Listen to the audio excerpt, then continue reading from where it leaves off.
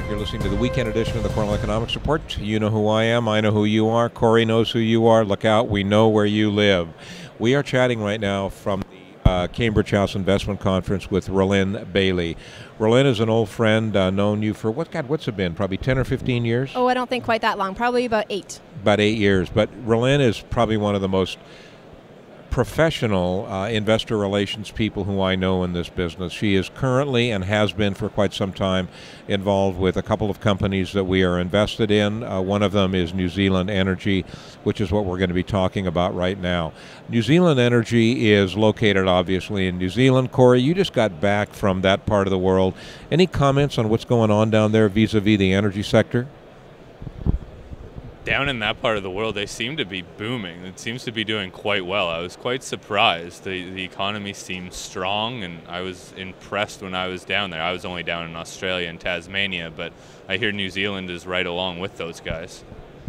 With New Zealand's sort of a closely kept secret in the oil and gas industry, where people really don't know that it's been an oil and gas producer, but it's been producing since the early 1900s. And it really got kickstarted in the mid-1950s, 1960s, when Shell made 2 big discoveries. Like, you know, we're talking 3.5 trillion cubic feet of natural gas with a lot of oil. So that really kickstarted the industry. But the fact that it's still so unknown allowed us to go in there in 2010, 2011, pick up a lot of properties. We've got almost 2 million acres of land on the North Shore. It's the largest onshore exploration portfolio in the country. We've got 6 permits on the West Coast, 3 permits on the East Coast, and we're moving quickly. So, the million-dollar question is, you know, as you said, you bought some shares at $3. I bought some shares at $1.50. What do you attribute the fall in the share price to? Well, certainly we drilled our first wells in 2011 and had huge success, and the share price sort of skyrocketed after those first 2 discoveries, and it settled down a bit, just like oil wells do. Oil wells start off strong, they start to decline, the share price came down a bit with it, and then just the market in general. I mean, you look around at every single company in this conference, and I would bet you all of them are trading at almost their all-time lows or pretty close to it. It's a tough market for the resource industry, but the companies that survive are the companies with real assets, with a strong team, with money in the bank, and that are focused on advancing the properties. I mean, I get people asking me all the time, you know, why is the share price trading at? Why are you trading below value? And I say, you know, we can't control the market. The market's going to do what it does, but we can control how we advance the company, our corporate governance, staying focused, staying on track. And then when the market does turn around, I believe this company will be one of the shining stars. Really, and I bought the New Zealand Energy stock out of the open market a little while ago, right about just below $1, around 90 cents, and I continue to hold those shares. One of the reasons I continue to hold is because New Zealand is still out there trying to actively advance the company. You guys keep on bringing wells back onto production. I believe the last news release involved an update on some production numbers that beat the guidance, correct? Yeah, I think we've really turned a corner. We've certainly had our struggles over the last couple of years, but we're a new company, right? Growing pains to a certain extent. But we completed an acquisition in October of last year, and the first thing that we did was put 6 wells back into production. So the acquisition that we did brought us 3 new petroleum mining licenses. So they're permitted licenses that had produced historically, and also a full cycle production facility.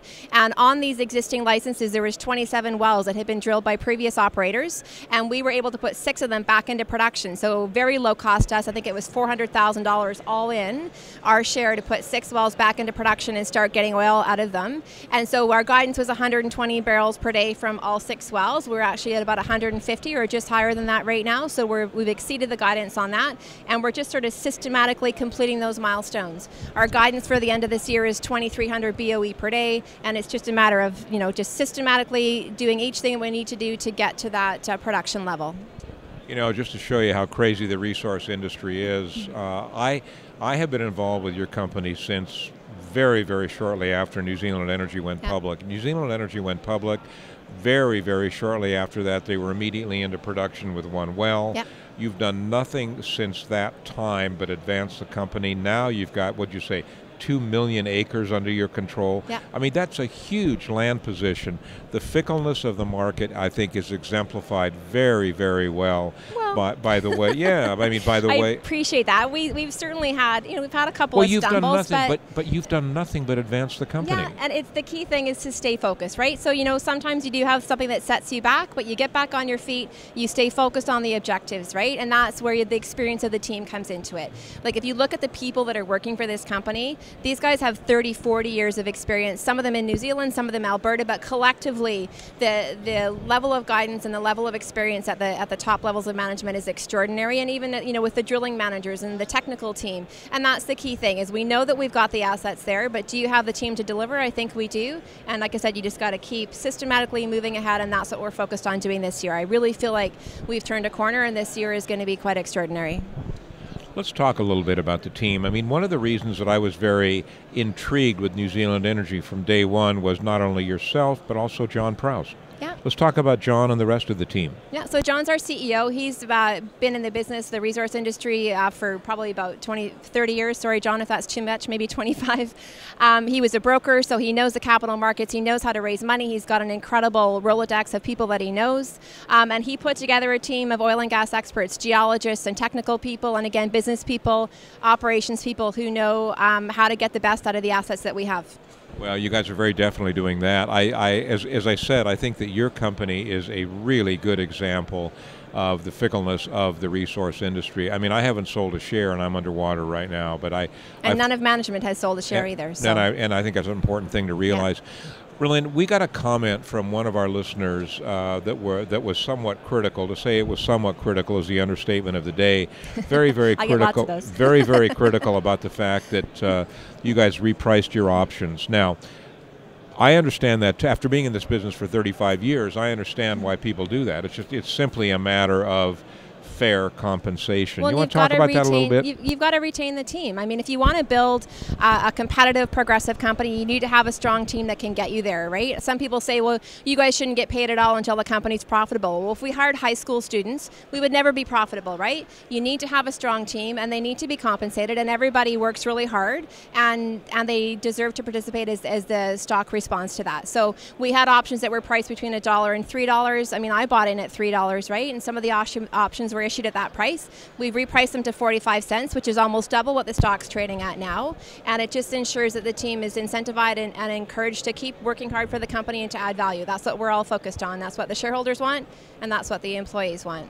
Corey, I think the thing that's really critical about something that Rylin just said is the options originally were priced about $3. From $1 to $3, yeah, from $1 to $3, which was roughly double what the stock was trading at the time, as opposed to at a discount, which they didn't do. Oh yeah, we always price at market value, never below. Exactly, and now the options are priced at twice the market value. I mean, I got to tell you, to me, that shows a certain amount of fiduciary responsibility. Well, another key thing is that none of the director options were repriced, right? So the directors all kept their original pricing, and all it was repriced was for the employees, and I think that was a pretty classy thing to do. It recognizes that you need to be able to retain your team. This is even in a depressed market like we're in, it's still a very competitive industry, and people will move to other companies if they get the compensation that's going to help them have a different lifestyle. So you have to retain your team, but the directors did not reprice any of their options. Nobody has sold a share. We are all completely focused on adding value at this company. The other aspect too, Rylin, that you mentioned is no one else has sold their shares. Yeah. I think it is very important. I have no problem with And they even bought into the recent financing. One of our directors and other employees took significant, put their own money into the recent financing. So we're buying in. Having skin in the game is very important. We all know that. Repricing the options, it's what happens in these bad markets. I have no problem with that either. As long as management continues to hold and continues to keep their share position when you need to go back to market, I think that is fine. It is something that we will continue to follow with New Zealand Energy. I think that you guys continue to move in the right direction. There's going to be lots of things coming. We've got those 6 wells reactivated. We're putting additional wells into production this quarter, and then new drills later in the year. So there's going to be a lot of activity to follow this year.